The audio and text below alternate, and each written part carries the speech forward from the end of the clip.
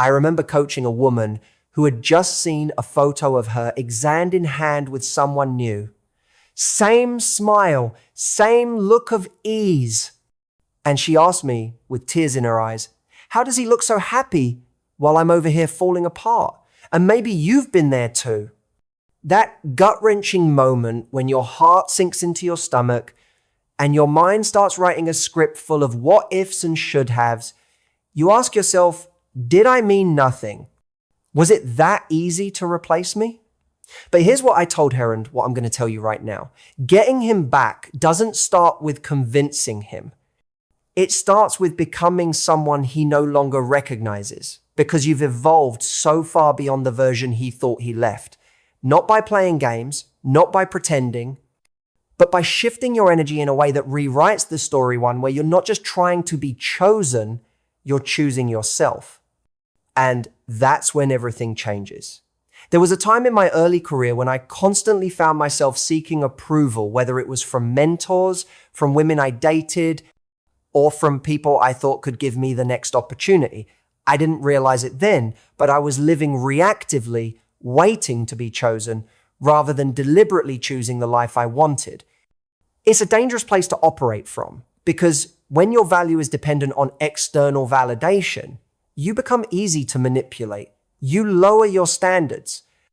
You twist yourself into something palatable just to be accepted, and that's not self-worth. That's fear dressed as love, and it shows up in relationships all the time. You fall for someone, and instead of asking, is this person right for me? You begin asking, what do I need to do to be right for them? You stop being grounded in your values and start performing in the hope that they'll pick you. But here's the truth. Chasing someone to be chosen is a form of self-abandonment. You're outsourcing your identity to someone who may never have been qualified to hold it. I've seen this dynamic wreck people's finances, ambitions, even their health. Why? Because when you're in the mindset of proving yourself to someone else, your goals are no longer yours. Your life gets hijacked by their attention. You build around their validation instead of your own foundation. But the moment you shift, when you start choosing yourself, the game changes. You walk differently. You speak differently. You no longer chase love. You command respect. And paradoxically, that's when people start to chase you. Because you're no longer a contender. They feel the strength of someone who no longer needs to compete. Most people hear the phrase emotional detachment and they assume it means coldness, indifference, a kind of heartless armor that keeps everyone out. But that's not what detachment really is not when it's healthy. Emotional detachment isn't the absence of feeling, it's the presence of clarity. It's the discipline to not let your emotions drag you into situations that diminish your self-worth. There was a period in my life where I stayed far too long in a relationship that had already run its course. I wasn't happy, and I knew it, but I was attached to the potential. I was attached to who I thought she could become and to who I hoped I would be if I could just make it work. That's the trap most people fall into, not love, but attachment to a fantasy. I confused intensity with intimacy. And it cost me time, energy, and focus resources I should have been investing in building a life I respected, not trying to salvage something that couldn't meet me there. When you detach, you reclaim your attention, you step out of the emotional fog, and you begin to see, this person isn't showing up. This situation is costing me more than it's giving. And from that place, you can actually make rational decisions. Detachment isn't cold, it's mature. It's the refusal to let pain become your compass. Because if your feelings are always the loudest voice in the room, you'll bankrupt yourself emotionally, financially, even spiritually, chasing what's not meant for you. The point of detachment isn't to feel nothing, it's to stop allowing people who don't value you to rent space in your life. When you finally do that, you don't lose your power. You realize you had it all along. I've seen this happen time and time again, women entering a quiet war they never signed up for. He leaves, moves on, and suddenly there's this pressure to prove you're better than her, that you're more attractive, more interesting, more worthy. And I get it. Your mind goes to battle, comparing everything, your smile to hers, your body to hers, your life to hers. But what if I told you that this race you're running doesn't even exist unless you choose to participate? You don't build a wealthy, fulfilling life by chasing validation through competition. You build it by understanding your value is not relative to someone else's dot. It's absolute. And trying to win a man back by outperforming the new woman in his life is like investing in a sinking ship. It costs you time, energy, and peace with no lasting return. I remember in my early 20s, I lost a relationship to someone who looked like she had everything I didn't. I obsessed over the details, her job, her looks, the way she spoke. And all it did was drain my energy from building my foundation. The day I stopped watching her life and started building my own was the day I stopped feeling behind. The truth is, comparison is the enemy of prosperity. You can't elevate when your attention is locked on proving your worth to someone who's already made a choice. You're not meant to outshine the other woman. You're meant to rise so far into your own life. That comparison becomes irrelevant. The race ends the moment you decide to walk off the track and build something real, something lasting. You don't win by being louder, flashier, or more available. You win by being untouchable in your growth. And that's when he feels the loss.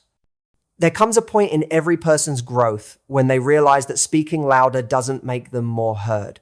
It's the same in relationships. You can explain yourself until your voice is hoarse. You can argue, plead, write long messages, try to make someone understand what they're losing, and none of it lands. Because if someone has already decided to disengage, your words no longer have weight. At that point, it's not your explanation they need. It's your absence. I learned this the hard way. Years ago, I found myself trying to rescue a relationship that was quietly bleeding out. I kept thinking, if I just say it the right way, if I just explain what we had, surely she'll see it. But no matter how articulate I was, how honest or vulnerable, it didn't change anything. Because the issue wasn't clarity, it was value. She didn't value the connection the way I did anymore.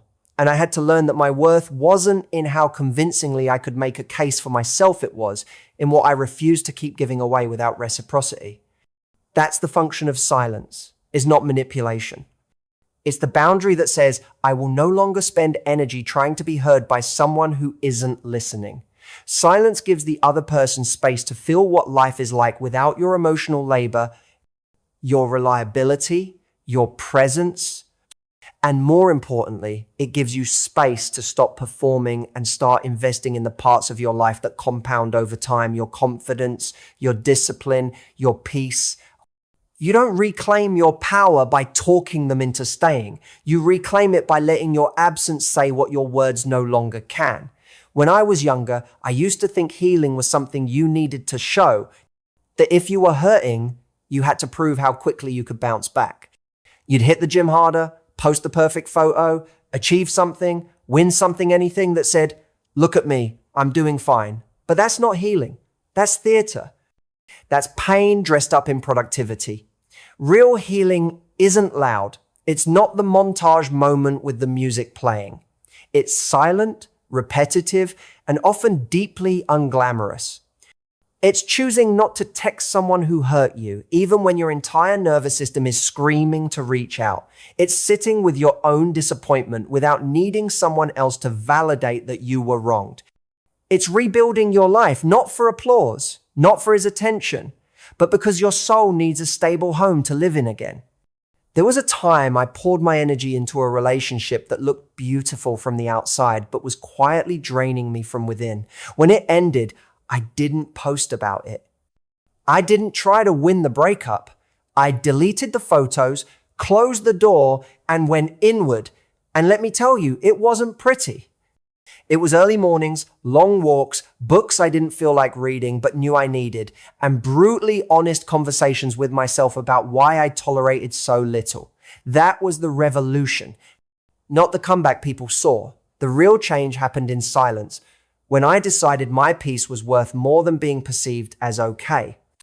If your healing becomes a performance, you'll always need an audience to feel whole. But when it's a private revolution, you become someone no one can destabilize again. And that kind of growth, it speaks for itself. There's a tendency, especially among deeply empathetic people, to confuse compassion with over-availability. You tell yourself you're just being kind, answering his late night text, picking up when he calls out of nowhere, being there, just in case. But what you're really doing is removing any cost from his decision to walk away. There's no consequence if he still has access to your comfort. No weight to his absence if you keep filling the emotional space for him. That's not compassion. That's self-betrayal masked as love. In my 20s, I had someone in my life who drifted in and out, emotionally inconsistent, but always charming enough to keep a foot in the door. I thought keeping the door open showed strength, maturity, but it didn't make her stay. It only taught her that she could leave, come back, and nothing would change. There was no cost, no rupture, just my loyalty on demand. And that pattern ate away at me subtly, steadily, until I finally realized the truth. If someone doesn't feel the cost of losing you, they never truly lost you. You don't make someone value you by reminding them how much you care. You make them value you by removing access to what they took for granted. That's not punishment, it's accountability. You can't build a wealthy life emotionally or otherwise if your energy is tied up in being someone's safety net while they invest elsewhere. The moment you stop cushioning their landing is the moment they confront the weight of their choices. And if they don't, that tells you everything. Your absence will do what your words never could. When people walk away from you, especially those we once placed at the center of our emotional world, it's not just the relationship we lose. It's everything we quietly set aside to keep that relationship alive. The routines, the passions, the friendships, the parts of ourselves that made us feel alive before we started orbiting around someone else's approval. And here's the painful truth. It's not always their fault. Sometimes we willingly, even eagerly, abandon our path just to make space for theirs. We forget the book we were writing, the business idea we put on the shelf, the habits we swore we'd build. We stop speaking up, stop asking for what we need, just to maintain some fragile illusion of harmony. I've done it. There was a time I found myself diluting my convictions, softening my focus, making myself smaller to avoid conflict, to keep the peace. But peace isn't real if it costs you your voice. And the moment I stepped back and asked myself, what was I building before I handed over the blueprint? That was the moment I started reclaiming direction. You want to heal? Reconnect with what you walked away from. Pick the damn thing back up. Call the friend. Sign up for the class. Get serious about your finances. Organize your environment. Do the boring, difficult, non-flashy work that reminds you your life is your own. Because every minute you spend chasing the ghost of what you lost is a minute stolen from what you could still become. And wealth emotional, financial, even spiritual is built in those moments when you stop waiting to be rescued and start rescuing the parts of yourself you forgot mattered. The moment you stop abandoning yourself, the world starts to look like it wants you to win again. There's something deeply liberating and terrifying about realizing that the version of you who accepted less is gone. It's not just a change in mindset, it's a full identity shift. People remember who you were, not who you've become. And so when they come back, they're not coming back to you as you are now. They're coming back to the echo of who you used to be. And if you've done the work reel, inner work, then you'll know that echo doesn't live here anymore. I've seen this in my own life. In my 20s, I was the guy who over-accommodated. I'd sacrifice sleep, time, priority soul in the name of being liked, wanted, chosen. I thought that was strength. I thought being endlessly available was a virtue. But what it really was fear. Fear of being forgotten. Fear of not being enough unless I proved my value every single day. But then you burn out. You hit that internal wall where you realize you've been trading your peace for the comfort of others. And so you start rebuilding quietly, day by day. You start saying no. You stop explaining yourself to people who never listened in the first place. You begin to choose routines that serve your future rather than feed your ego. And in that process, the old you dies. The version of you who begged for crumbs, who tolerated confusion, who needed someone else to tell you you mattered, she's gone. And when he circles back, as they often do, he won't understand what changed. He'll try the same phrases, the same patterns, but they won't land. Not because you're angry, not because you're cold, but because you're no longer available for the relationship that broke you. Let him grieve the version of you that needed him because she's never coming back. People don't respond to what you say, at least not in the long run. They respond to the energy you bring, the standard you set without needing to spell it out. And your energy, your presence that teaches people exactly how to treat you. If you carry yourself like someone who tolerates inconsistency, then inconsistency is what you'll get. If you move through the world like someone who's always available, regardless of how you're treated, then your availability will be taken for granted. And here's the terrifying part. It's not personal. It's just how human beings operate. We calibrate to what we're allowed to get away with. I remember when I was just starting out in my career, I was so eager to prove myself. I'd say yes to every meeting, every collaboration, every favor, even when it drained me, even when it disrespected my time. I thought I was being generous, helpful, but all I was really doing was signaling that my time was negotiable. And that taught people to undervalue it. It wasn't until I got ruthless with my boundaries calmly, without apology, that I began to notice something shift. People showed up differently. They respected the time I offered because they sensed it wasn't given freely to everyone. The energy changed, and so did the treatment. It's the same in relationships.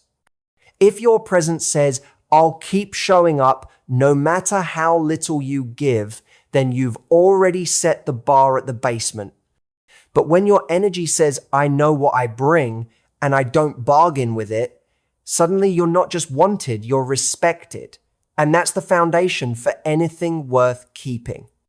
Because people can't value what you haven't shown them is valuable, and your energy is the price tag you hang on yourself.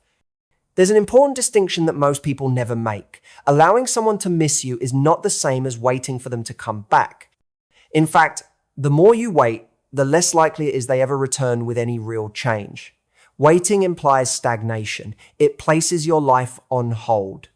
It says, my future is pending your decision. That is not love. That is dependency. And dependency destroys the very dignity that makes you attractive in the first place. When I was younger, I made the mistake of confusing loyalty with self-abandonment. There was someone I deeply cared for who walked away, and I thought that if I just waited, if I kept myself emotionally available, she'd see what she lost and come running back. She didn't. And every day I waited, I delayed my own growth. The day I stopped waiting was the day I finally moved forward. I didn't stop caring. I just started caring about my life more than I cared about her opinion of it. The man who left, who maybe seems happy in another relationship, needs to feel the weight of your absence. But that only happens when you stop orbiting around the fantasy of his return. If he does come back, let it be, because he realized your value in your absence, not because you sat still hoping to be picked again. Your time is your most valuable currency. Spend it building a life that commands respect, not one that quietly hopes for someone else's regret. Because the moment you stop waiting and start living, he doesn't just miss you, he questions everything about why he left. So here's what I want you to remember. This journey isn't about getting him back, it's about getting you back.